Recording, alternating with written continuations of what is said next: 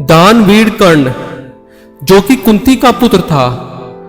पांडु के साथ कुंती का विवाह होने से पहले ही इसका जन्म हो चुका था, लेकिन लोक लज्जा के कारण उसने यह भेद किसी को भी नहीं बताया और चुपचाप एक पिटारी में रखकर इस शिशु को अश्व नाम की नदी में फेंक दिया था। इसके जन्म की कथा बड़ी विचित्र है। राजा कुंती भोज ने कुंती को पाल पोसकर बड़ा किया था।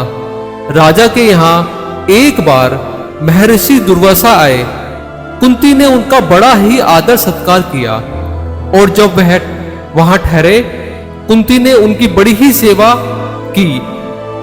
कुंती की इस श्रद्धा भक्ति से प्रसन्न होकर महर्षि ने उसे एक वरदान दिया कि वह जिस देवता को मंत्र पढ़कर बुलाएगी, वहीं पर वह देवता आ जाएगा और उसको संतान भी प्राप्त करेगा। कुंती ने नादानी के कारण महर्षि के वरदान की परीक्षा लेने के लिए भगवान सूर्य नारायण का आह्वान किया।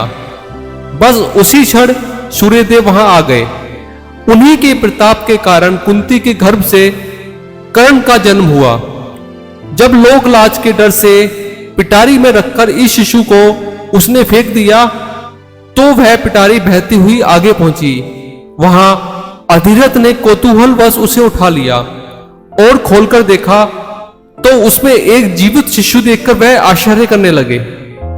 अधिरथ उस शिशु की अवस्था पर करुणा करके उसे अपने घर ले आए और उसका पालन पोषण करने लगे। उसने उसे अपनी संतान समझा। बालक के शरीर पर कवच कुंडल देखकर उसको और भी अधिक आश्चर्य हुआ और तभी उसे लगा कि वह बालक कोई होनहार राजकुमार ही है। उसने उसका नाम वशुशेण रखा। वशु का अर्थ है धन। कवच कुंडल रूपी धन उसके पास था। विधाता ने ही उसको इसे दिया था, इसलिए उसका नाम वशुशेण उचित ही था। वशुशेण जब कुछ बड़ा हुआ तो उसने शास्त्रों का अध्ययन करना आरंभ कर दिया। वह सूर्य का उपासक था। प्रातः काल से लेकर संध्या तक वह सूर्य की उपासना ही करता था। वह दानी भी बहुत बड़ा था। उपासना के समय कोई भी आकर उससे जो कुछ भी मांगता, वह बिना हिचकिचाए उसको दे देता था। चाहे वस्तु कितनी भी मूल्यवान क्यों ना हो, उसे मोह नहीं था।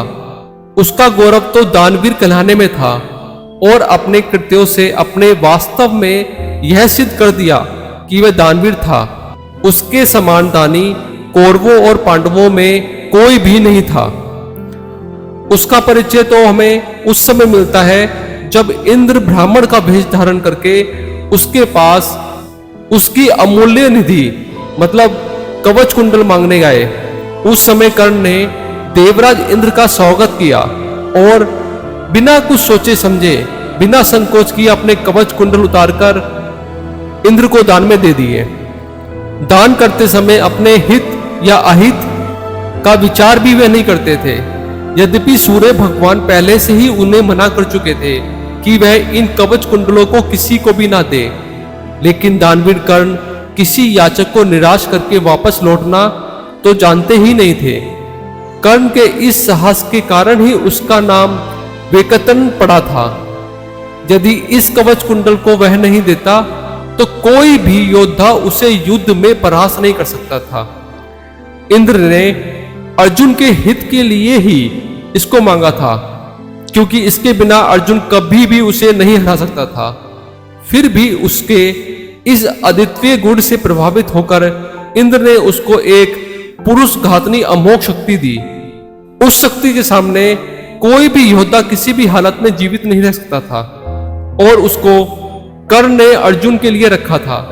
लेकिन श्री कृष्ण ने चाल रची और कर्ण की उस शक्ति को घटोत्कच पर चलाकर अर्जुन के जीवन पर आए इस खतरे को सदा के लिए मिटा दिया। घटोत्कच जो आकाश में विचरण करके कौरवों पर अग्नि की वर्षा कर रहा था और उसने एक बार तो सारी सेना को पूरी तरह विचलित कर डाला था। शक्ति लगते ही वह निर्जीव होकर पृथ्वी पर गिर पड़ा और मृत्यु को प्राप्त हुआ। धनुर्विद्या में कर्ण अर्जुन के ही समान ही कौशल था। एक बार जब महाराज धृतराष्ट्र की आज्ञा से कौरव पांडवों की अस्त्र शिक्षा की परीक्षा के लिए समारोह किया गया था, तो अर्जुन ने अपने अस्त्र शिक्षा के कौशल से सबको चकित कर दिया था। उसने ऐसी ऐसी धनुर्विद्या दिखाई कि किसी भी योद्धा की हिम्मत नहीं होती थी कि उसका जवाब दे सके। एक विजेता की तरह कौशल दिखाकर वह प्रशंसा लूट रहा था। दुर्योधन उस समय हतप्रभ सा और चुपचाप बैठा था। उसी समय कर्ण वहां आ पहुंचा और उसने मैदान में आकर अर्जुन को ललकारा। अर्जुन, जिस कौशल के बल पर तू यहां सबको अचित कर रहा है, चकित कर रहा है और सभी से प्रशंसा लूट रहा है, उसे मैं भी करके दिखा सकता हूं। यह कहकर उसने धनुष पर बाण चढ़ाकर वही सब कुछ कर दिखाया जो अर्जुन ने किया था। चारों ओर कर्ण की जय जयकार होने लगी। दुर्योधन का चेहरा अर्जुन के प्रतिद्वंद्वी को देखकर खिल उठा। उसने उसे हृदय से लगा लिया। उसने उसे अर्जुन के साथ द्वंद्व युद्ध करने के लिए प्रेरित किया। दुर्योधन की बात मानकर उसने अर्जुन को इसके लिए चुनौती भी दी। अर्जुन द्वंद्व युद्ध के लिए तैयार हो गए। अब झगड़ा बनने की आशंका थी, इसलिए कृपाचार्य ने बीच में ही हस्तक्षेप करते हुए कहा कि राजकुमार के साथ राजकुमार का ही द्वंद्व हो सकता है। चूंकि कर्ण सूत के द्वारा पाले हुए थे, इसलिए इनके गोत्र कुल आदि का ठीक से पता न होने के कारण इनको अर्जुन से द्वंद्व युद्ध करने का अधिकार नहीं था। बस यह एक समस्या थी जिसको कर्ण हल नहीं कर सकता था। वह हक्का बक्का सा अर्जुन का मुंह ताकता रह गया। दुर्योधन को भी इससे धक्का लगा, क्योंकि कर्ण द्वारा अर्जुन का मान भंग करने की उसकी योजना थी।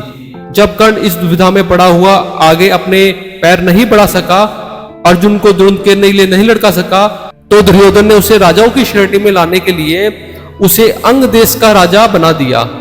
राजा होने के नाते अब वह अर्जुन या अन्य किसी राजकुमार के साथ युद्ध कर सकता था।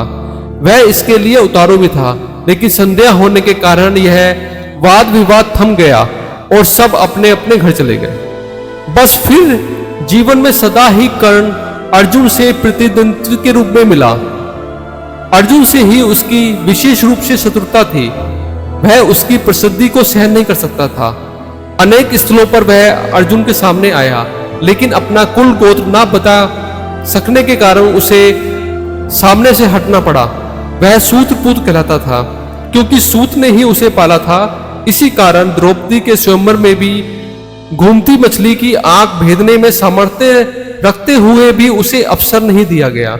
स्वयं द्रौपदी ने ही सूतपुत्र कह के उसका अपमान किया था और उसकी पत्नी बनने से इनकार कर दिया था। सूत्रपुत्र को क्षत्रिय कन्या का वर्ण करने का अधिकार नहीं है।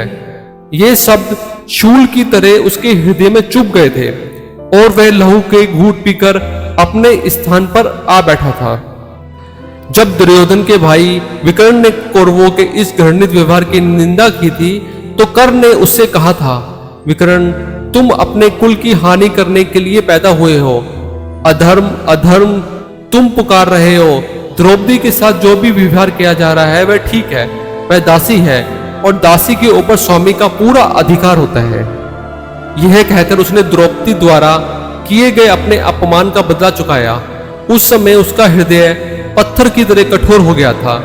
जैसे भी बन पड़ा उसने द्रौपदी का अपमान किया, उसे 5 पुरुषों की व्यभिचारिणी स्त्री कहा और हर तरह से उसे दिखारा।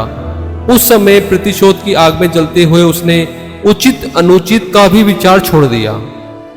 कर्ण अहंकारी भी बहुत था।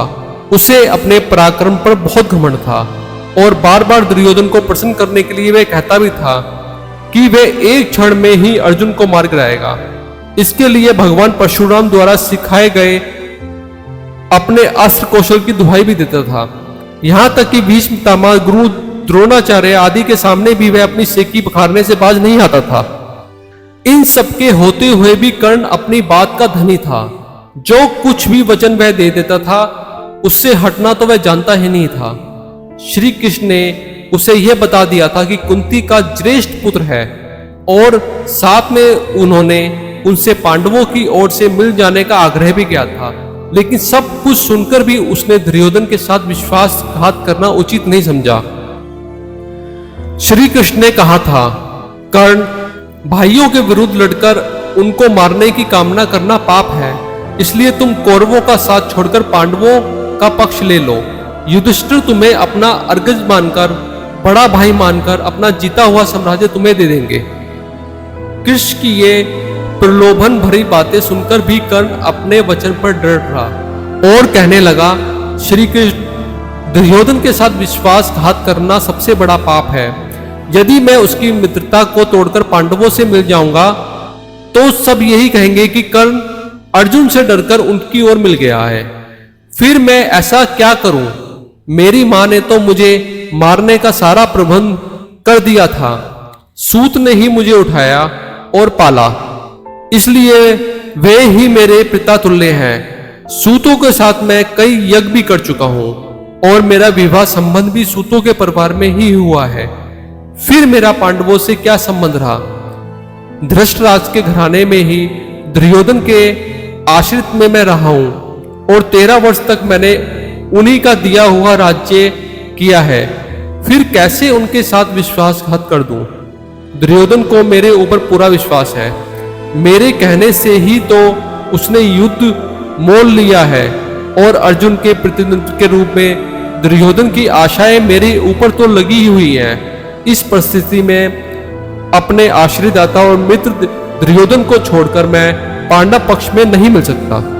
फिर यदि एक बार मैं मिल भी गया तो युधिष्ठिर जो राज्य मुझे देगा उसे अपने वचन के अनुसार मुझे दुर्योधन को देना होगा। इससे तो पांडवों का सारा प्रयत्न ही निष्फल चला जाएगा। यह सभी कुछ सोच विचार कर मैं निश्चय पूर्वक कहता हूं कि मैं मित्र दुर्योधन का साथ छोड़कर और किसी के पक्ष में नहीं मिल सकता। लेकिन हां, यह वचन अवश्य देता हूं कि युद्ध में मेरा प्रतिद्वंद्वी केवल अर्जुन ही है। उसके सिवा मैं किसी भी पांडव का वध नहीं करूंगा। कर्ण का यह कथन उसके चरित्र की महानता पर प्रकाश डालता है। बात का कितना पक्का था, कितना वह दानवीर था। दुर्योधन चाहे अधर्मी था, लेकिन उसका तो आश्रयदाता था। फिर वह उसके साथ छल कपट कैसे कर सकता था? अंत तक उसने दुर्योधन का साथ दिया और अपने आप को एक सच्चा मित्र प्रमाणित कर दिया। कर्तव्य के प्रति कर्ण पूरी तरह कठोर था। वह युधिष्ठिर तथा अर्जुन की तरह सहृदय नहीं था कि पांडवों के विषय में यह ज्ञात होते हुए ही कि ये मेरे भाई हैं, युद्ध करना बंद कर दे। एक बार मन में दृढ़ संकल्प करके उसको पूरी तरह निभाना ही उसके जीवन का उद्देश्य था। दुर्योधन की सहायता करना उसका कर्तव्य था। इससे पांडवों के प्रति जागृत हुआ उसका प्रेम भाव भी उसे विचलित नहीं कर सका। फिर भी अर्जुन के प्रति कठोर और ईर्ष्यापूर्ण दृष्टि उसकी बनी ही रही। यहां तक कि स्वयं माता कुंती ने जाकर कर्ण को अपनी ओर मिलाने की इच्छा प्रकट की थी, लेकिन उस समय भी वह वीर अपने पद से विचलित नहीं हुआ। यह उसके चरित्र की श्रेष्ठता ही है। फिर एक बार कृष्ण को वचन देकर अर्जुन के सिवा अन्य किसी पांडव की ओर उसने शस्त्र नहीं उठाया। अर्जुन से ही युद्ध करते हुए वे वीरगति को प्राप्त हुआ था। महाभारत युद्ध में भी उसकी वीरता देखकर स्वयं श्री कृष्ण उसकी प्रशंसा करने लगे थे। कितनी ही बार वह अर्जुन के रथ को पीछे हटा देता था। जब तक वह सेनापति रहा, अर्जुन बार बार उसके वाणों से विचलित होता था। उसकी समझ में नहीं आता था कि वह कैसे इस परम योद्धा को परास्त करे। अंत में पूरी तरह निराश होकर उसने कृष्ण की ओर देखा। कर्ण के रथ का पहिया जमीन में धंस गया था। वह उसे निकालने का प्रयत्न कर रहा था। उस समय कृष्ण के इशारा करने पर अर्जुन ने कर्ण का वध किया, नहीं तो उस वीर को मारना बहुत कठिन था। फिर यदि उसके हाथ में इंद्र की वह अमोघ शक्ति होती तो फिर उसको कोई भी पराजित नहीं कर सकता था। और यह निश्चित था कि वह अर्जुन का वध करके विजय का शंख फूंक देता, लेकिन विधाता की यही गति थी। अमोघ शक्ति को पहले ही घटोत्कच पर चला चुका था। अब उसके पास विशेष अस्त्र कोई था नहीं। फिर भी बड़ी कठिनाइयों से अर्जुन उसे मार पाया था। महाभारत में जहां भी उसके पराक्रम का वर्णन आता है, वहां अर्जुन के बराबर ही उसको पराक्रमी माना गया है। और वह था भी इतना पराक्रमी। वह इतना पराक्रमी था कि उसके मरते ही दुर्योधन का सारा धैर्य टूट गया था और अब उसे अपनी पराजय की आशंका निश्चित लगने लगी थी। और हुआ भी वही। कर्ण की मृत्यु के पश्चात कौरव सेना का विनाश हो गया। स्वयं दुर्योधन भी भीम द्वारा मार दिया गया और युद्ध में पांडवों को विजय प्राप्त हुई। अगर आपको ये कहानी अच्छी लगी हो तो चैनल को सब्सक्राइब करना और कमेंट बॉक्स में अपनी राय लिखना ना भूलें, ताकि आपको इसी तरह की वीडियो आगे भी मिलती रहे।